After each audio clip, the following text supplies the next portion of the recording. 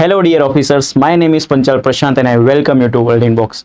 મિત્રો, મુખ્ય પરીક્ષામાં પૂછાતું જે વર્ણનાત્મક અંગ્રેજી છે એમાં માસ્ટરી લાવવા માટે આપણી વર્લ્ડ ઇનબોક્સ એકેડમી દ્વારા શરૂ કરવામાં આવેલા પ્રોજેક્ટ CDE એટલે કે ક્રેક ડિસ્ક્રિપ્ટિવ ઇંગ્લિશ અંતર્ગત આજે આપણે લેક્ચર નંબર 26 માં ભેગા થયા છે. This is 26th number lecture friends. તો અગાઉના 25 લેક્ચર્સ તમે ના દેખ્યા હોય તો પ્લીઝ તમે વર્લ્ડ ઇનબોક્સની યુટ્યુબ ચેનલ ઉપર જઈ શકો છો અને ત્યાં પ્રોજેક્ટ CDE નામનું પ્લેલિસ્ટ છે, ત્યાં જઈને તમે દરેક લેક્ચર્સ દેખી શકો છો. ક્લિયર? સો આજનો જે લેક્ચર છે, લેક્ચર નંબર 26, એ પાસ્ટ કન્ટિન્યુઅસ ટેન્સના થર્ડ પેરેગ્રાફ ઉપર આધારિત છે. પાસ્ટ કન્ટિન્યુઅસ ટેન્સ એટલે કે ચાલુ ભૂતકાળ, એમાં જે આપણે ત્રીજો પેરેગ્રાફ ડિસ્કસ કરવાનો છે. આની પહેલાના બે લેક્ચરમાં પેરેગ્રાફ 1 અને પેરેગ્રાફ 2 આપણે પાસ્ટ કન્ટિન્યુઅસ ટેન્સના ડિસ્કસ કરેલા છે.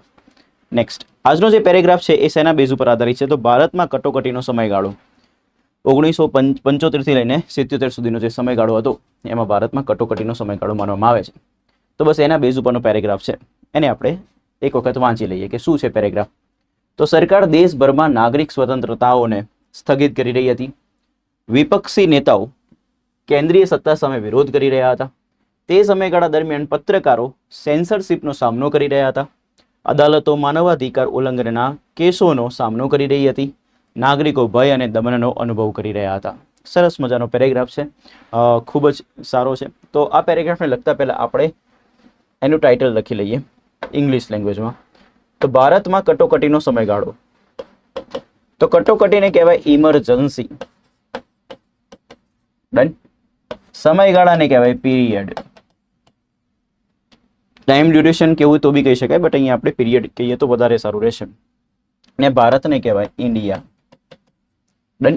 માને કહેવાય ઇન. તો બધા શબ્દને આપણે એક એક કરીને શીખી લીધા. બસ આને હવે પ્રોપર વેમાં ફ્રેમ કરીને લખવાનું છે. તો સમયગાળો એક નામ છે. સમયગાળો કયો? તો કટોકટીનો. તો આ એનું વિશેષણ છે. તો વિના કેવી રીતે લખાશે? સીધે સીધી. તો એ સીધે સીધું લખવા માટે આપણા માટે શબ્દ બનશે ઇમરજન્સી પીરિયડ. ડન. માનું ઇંગ્લિશ થશે ઇન અને ભારતનું ઇંગ્લિશ થશે ઇન્ડિયા. તો આપણું ટાઇટલ રેડી થઈ ગયું, ઇમરજન્સી પીરિયડ ઇન ઇન્ડિયા. ક્યાંથી ક્યાં? 1975 to 77. તો આપણું ટાઇટલ છે આજના પેરેગ્રાફનું ઇમરજન્સી પીરિયડ ઇન ઇન્ડિયા. આ કેમ સીધે સીધું આવ્યું? કારણ કે નામ છે, સમયગાળો. કેવો સમયગાળો? તો કટોકટીનો. તો એનું વિશેષણ છે. તો વિના કેવી રીતે લખાય? સીધી સીધી. બાકી ગુજરાતી કરતા ઇંગ્લિશ ભાષા ઊંધી છે, એટલે રિવર્સ બનેલી છે, એટલે માટે આપણે પાછળ ત્યાં આગળ આવ્યા.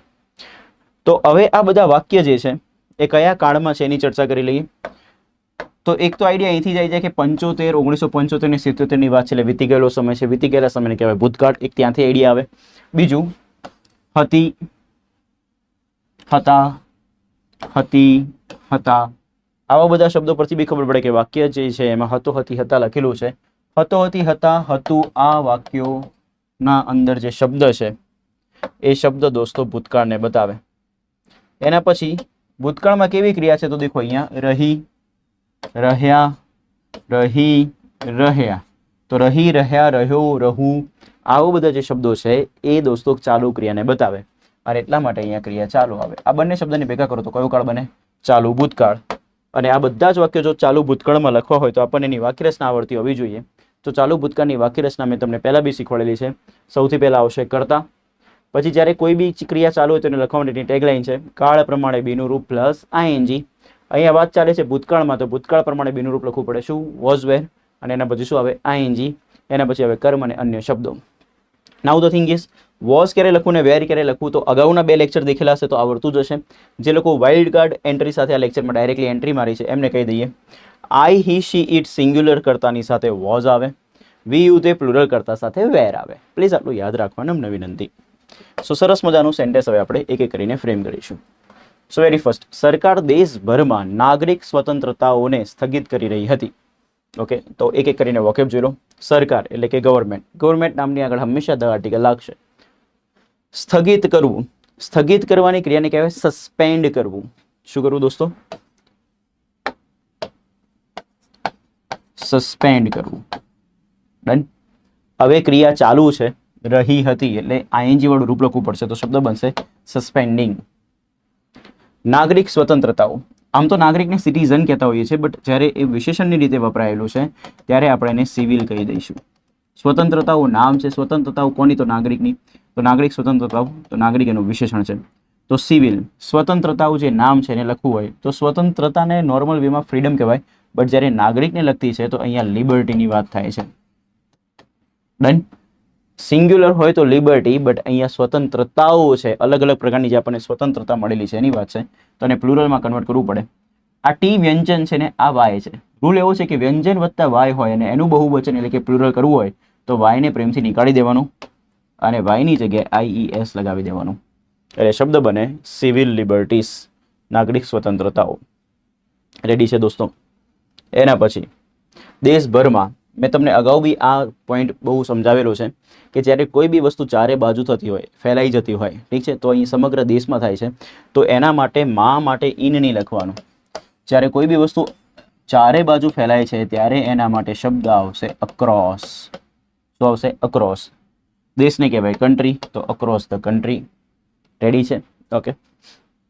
તો બધા વોકેબ આપણે જોઈ લીધા. હવે આપણે વાક્યને બનાવીશું. વાક્યને બનાવવા માટે સૌથી પહેલા જરૂર પડશે કર્તાની. કર્તા માટે પ્રશ્ન પૂછવો પડશે કોણથી. તમે પહેલા વિડીયો પોઝ કરો અને આ વોકેબનો ઉપયોગ કરીને આ વાક્ય જાતે બનાવો અને કમેન્ટ કરીને જણાવો કે તમે શું વાક્ય બનાવ્યું છે. ચલો, આઈ હોપ તમે વાક્ય બનાવી દીધું હશે ને. હવે હું આ વાક્ય તમને બનાવીને બતાવું. તો સૌથી પહેલા કોણથી પ્રશ્ન પૂછીએ. પૂછો કોણ સ્થગિત કરી રહી હતી? તો સરકાર. તો કર્તા મળી ગયો સરકાર. સરકાર એટલે કે ધ ગવર્મેન્ટ. બીજા સ્ટેજમાં આવશે ઓફિસર્સ, ક્રિયાપદ. તો કરી રહી હતી. રહી હતી, રહી એટલે ક્રિયા ચાલુ છે, હતી એટલે ભૂતકાળ છે, તો ચાલુ ભૂતકાળ થઈ ગયું. વાક્ય રચના આવશે was, were, ING. Government singular નામ છે, સિંગ્યુલર નામ સાથે ક્રિયાપદમાં આવશે વોઝ. સ્થગિત કરવાની ક્રિયાને કહેવાય સસ્પેન્ડ, તો સસ્પેન્ડનું આઈએનજી થશે suspending. Ready? So the government was suspending. Done છે? ઓકે. હવે થર્ડ સ્ટેજમાં આવશે કર્મ. પૂછો કોને સસ્પેન્ડ કરી રહી હતી? તો ખબર પડે છે નાગરિક સ્વતંત્રતાઓને, તો આપણું કર્મ છે. હવે રૂલ જાણજો, ઘણા લોકોને આ રૂલ નથી ખબર. આ આખું કર્મ છે. કર્મના એન્ડમાં જ્યારે નો, ના, નીનું, ને લખેલું હોય તો એને ઇંગ્લિશમાં લખવામાં આવતું નથી.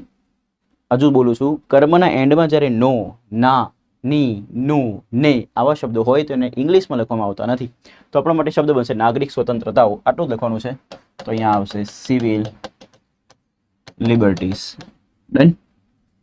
દેશભરમાં, તો દેશભરમાં માટે શબ્દ આવે અક્રોસ ધ કન્ટ્રી. તો આખું વાક્ય શું બન્યું? The government was suspending civil liberties across the country. Clear છે? ઓકે. સો આઈ હોપ તમારું વાક્ય બી સરસ મજાનું આવી જ રીતે બનેલું હશે. નેક્સ્ટ, વિપક્ષી નેતાઓ કેન્દ્રીય સત્તા સામે વિરોધ કરી રહ્યા હતા. ઓકે, તો વાક્ય જોઈ લઈએ. વિપક્ષી નેતાઓ, નેતાઓ નામ છે, નેતાઓ કહેવાય વિપક્ષી તો એનું વિશેષણ છે. વિના કેવી સીધી. નેતાઓને કહેવાય લીડર્સ. વિપક્ષ એટલે કે ઓપોઝિટ, ઠીક છે, તો ઓપોઝિટ પરથી શબ્દ બને ઓપોઝિશન. વિશેષણો ને એટલે ઓપોઝિશન થઈ જાય. ડન. તો વિપક્ષી નેતાઓ એટલે શું બને? Opposition leaders. વિરોધ કરવો, વિરોધ કરવાની ક્રિયાને કહેવાય પ્રોટેસ્ટ કરવો. શું કરવું? પ્રોટેસ્ટ. અને ક્રિયા ચાલુ છે, રહ્યા પરથી ખબર પડે ચાલુ છે, તો ચાલુ ક્રિયા માટે આવશે આઈએનજી, તો પ્રોટેસ્ટનો આઈએનજી થશે પ્રોટેસ્ટિંગ. નેક્સ્ટ, સ્પેશિયલ રૂલ તમને કહી દઉં કે આપણે જ્યારે કોઈનો વિરોધ કરતા હોઈએ તો જેની સામે આપણે વિરોધ કરીએ છીએ, જેમ કે વિપક્ષી નેતાઓ વિરોધ તો કરી રહ્યા હતા, પણ વિરોધ કોની સામે કરી રહ્યા હતા? તો કેન્દ્રીય સત્તા સામે. તો આ કેન્દ્રીય સત્તાને લખતા પહેલા આ સામેનું ઇંગ્લિશ કરવું પડશે. સામેને ઇંગ્લિશમાં કહેવાશે અગેન્સ્ટ. હવે રૂલ તમને કહી દઉં, જેનો વિરોધ કરી રહ્યા હોય, જેની સામે વિરોધ કરી રહ્યા હોય, એને લખતા પહેલા અગેન્સ્ટ પ્રિપોઝિશન આવે, આવે ને આવે. તો પ્રોટેસ્ટ શબ્દ વિરોધ કરવા માટે વપરાય છે. જેની સામે વિરોધ કરતા હશો એને લખતા પહેલા, એટલે કે કેન્દ્રીય સત્તા લખતા પહેલા કયું પ્રિપોઝિશન આવે? અગેન્સ્ટ. તો પ્લીઝ આવો સ્પેશિયલ રૂલ તમે સીડીમાં શીખો છો તો લાઇક, શેર અને કમેન્ટ તો કરવાની બને છે દોસ્ત. તો વિરોધ જેની સામે કરી રહ્યા હોય તેને દર્શાવતા પહેલા અગેન્સ્ટ પ્રિપોઝિશન જ આવશે. આ પ્રિપોઝિશનની ગેમ છે દોસ્તો. કેન્દ્રીય સત્તા, તો કેન્દ્રીય સત્તાને કહેવાય, સત્તા એક નામ છે. સત્તા કઈ? તો કેન્દ્રીય. તો કેન્દ્રીય એની વિશેષતા બતાવે એટલે વિશેષણ છે. કેન્દ્રીય એટલે કે સેન્ટ્રલ. કેન્દ્ર એટલે સેન્ટર. સેન્ટર પરથી બન્યું સેન્ટ્રલ. અને સત્તા એટલે સત્તા તો ખબર જ છે, ઓથોરિટી. શું બને? ઓથોરિટી. તો central authority. Done. So it's your time. Pause this video and frame this sentence. Video pause કરો ને વાક્ય બનાવી દો. આઈ હોપ તમે વાક્ય બનાવી દીધું હશે. હવે તમે જુઓ કે વાક્ય કેવી રીતે બનાવ્યું છે, તમે લોકોએ સાચું છે કે નહીં ચેક કરી લઈએ. તો સૌથી પહેલા કર્તા શોધવો પડશે. કર્તા માટે કોણથી પ્રશ્ન પૂછવો પડશે. પૂછો કોણ વિરોધ કરી રહ્યા હતા? તો વિપક્ષી નેતાઓ. તો વિપક્ષી નેતાઓને કહેવાશે, થોડું વ્યવસ્થિત આપણે લખીશું, ઓપોઝિશન. નેતાઓને કહેવાશે લીડર્સ. ડન. તો ઓપોઝિશન લીડર્સ કઈ ક્રિયા છે? તો વિરોધ કરી રહ્યા હતા. તો જોઈને જ ખબર પડે છે, રહ્યા એટલે ચાલુ ક્રિયા છે, હતા એટલે ભૂતકાળ છે, એટલે વોઝ વેર આઈએનજી આવશે. લીડર્સ પ્લુરલ નામ છે એટલે આવશે વેર. વિરોધ કરવાની ક્રિયાને કહેવાય પ્રોટેસ્ટ, તો એનું આઈએનજી થશે પ્રોટેસ્ટિંગ. ઓપોઝિશન લીડર્સ વેર પ્રોટેસ્ટિંગ. હવે રૂલ તમને ખ્યાલ છે કે જ્યારે જેનો વિરોધ કરવામાં આવે તો વિરોધ જેની સામે થતો એને લખતા પહેલા અગેન્સ્ટ લખવું પડશે. તો ફ્રેન્ડ્સ અહીંયા મોસ્ટ ઇમ્પોર્ટન્ટ પોઈન્ટ છે, આપણે અહીંયા લખવું પડશે શું? અગેન્સ્ટ. હવે તમે જેની સામે વિરોધ કરતા હોય ને લખી શકાય. તો કોની સામે વિરોધ થતો હતો? તો કેન્દ્રીય સત્તા સામે. તો કેન્દ્રીય સત્તાને લખાશે, અહીંયા લખીએ આપણે સેન્ટ્રલ ઓથોરિટી. ડન. આખું વાક્ય બની ગયું. ઓપોઝિશન લીડર્સ વેર પ્રોટેસ્ટિંગ અગેન્સ્ટ સેન્ટ્રલ ઓથોરિટી. ક્લિયર છે? આઈ હોપ તમારું વાક્ય બી ખૂબ સરસ બન્યું હશે. સેમ આ રીતે તમે બનાવ્યું હશે. નેક્સ્ટ.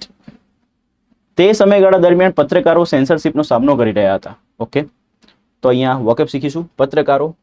પત્રકારોને કહેવાશે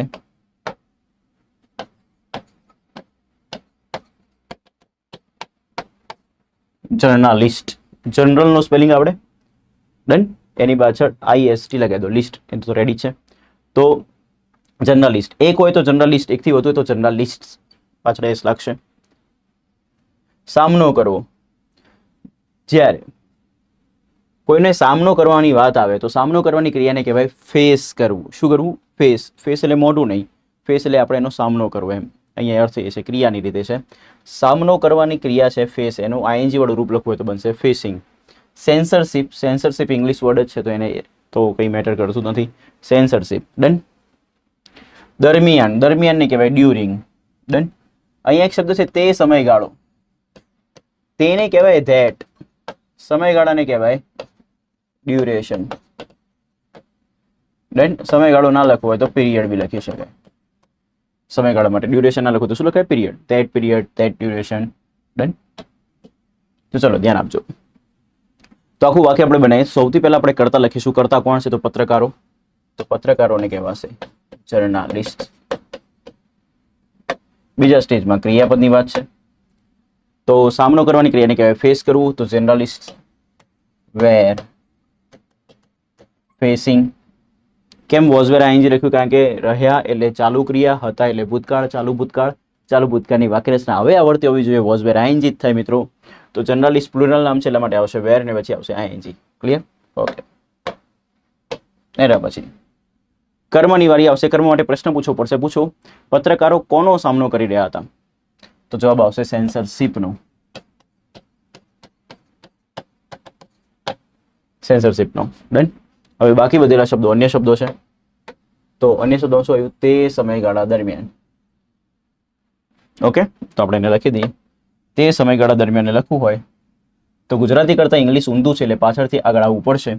તો દરમિયાન લખાશે ડ્યુરિંગ. તે સમયગાળાને લખાય ધેટ. પીરિયડ. પીરિયડ ના લખવો હોય તો ટાઈમ ડ્યુરેશન. પીરિયડ બેટર છે, ટૂંકો શબ્દ લખવું વધારે સારું. તો journalist were facing censorship during that period કાં તો ધેટ ટાઈમ ડ્યુરેશન. ક્લિયર છે? ઓકે.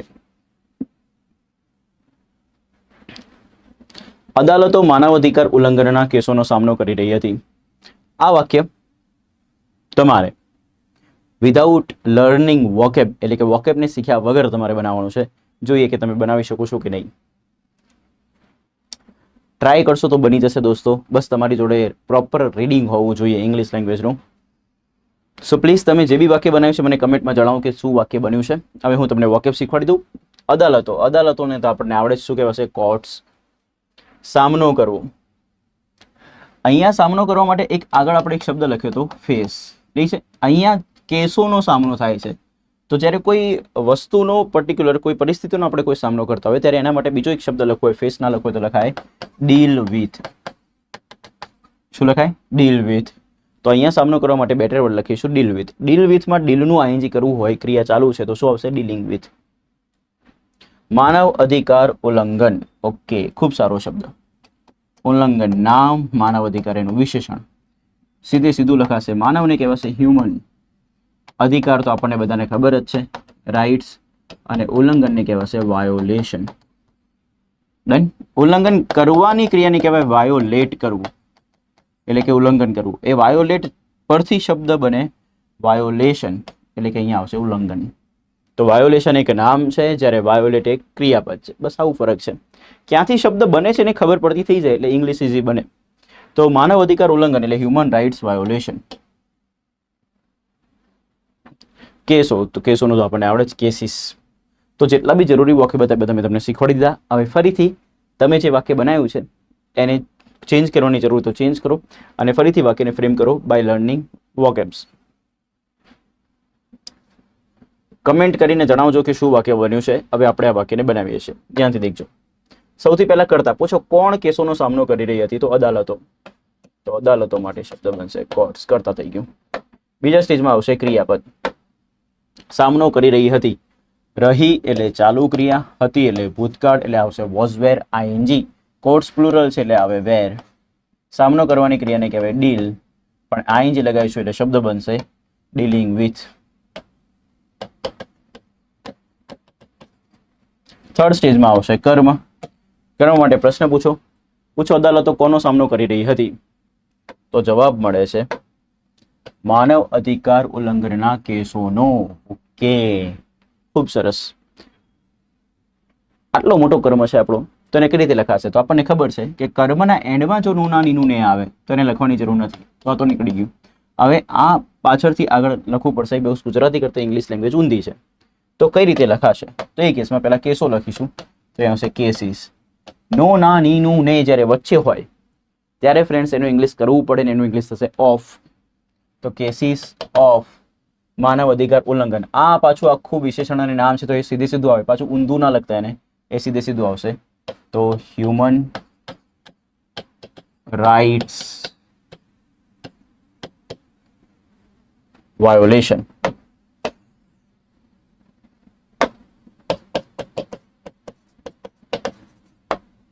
ડન. તો courts were dealing with cases of human rights violation. Ready છે? તો સરસ મજાનું વાક્ય હતું. આઈ હોપ તમે સાચું બનાવ્યું હશે. ડન. આ જે કોન્સેપ્ટ છે ને, મેં સીડીનો ફર્સ્ટ જે લેક્ચર લીધો હતો, બેઝિક નોલેજ ફોર રાઇટિંગ, એમાં મેં સમજાવેલો છે. દોસ્તો તમે પ્લીઝ, એક હમ્બલ રિક્વેસ્ટ છે, ફર્સ્ટ લેક્ચરથી લઈને અત્યાર સુધીના બધા લેક્ચર્સ જો મિસ થયેલા હોય, કોઈક વચ્ચે એને ના જોયા હોય, તો પ્લીઝ એને જોઈ લો, તો તમને ડાયરેક્ટલી ખબર પડશે કે હું શું કહેવા માંગુ છું. નેક્સ્ટ, નાગરિકો ભય અને દમનનો અનુભવ કરી રહ્યા હતા. તો વાકેબ જોઈ લઈએ. નાગરિકો એટલે સિટીઝન્સ, બેઝિક છે. અનુભવ કરવાની ક્રિયાને કહેવાય એક્સપિરિયન્સ કરવું. શું કરવું? એક્સપિરિયન્સ કરવું. તો એક્સપિરિયન્સ, EXPERIENCE, એક્સપિરિયન્સ એટલે સ્પેલિંગ બની જશે તમારો. એનું આઈએનજી વાળું રૂપ બનશે એક્સપિરિયન્સિંગ. ભય અને દમન ખૂબ સારો શબ્દ છે. અને એની પહેલા વાળું પાર્ટ પહેલા અને એની પછી વાળું પાર્ટ પછી. ભયને તો આપણે ઓળખીએ છીએ, શું કહેવાય? ફિયર. દમનને કહેવાય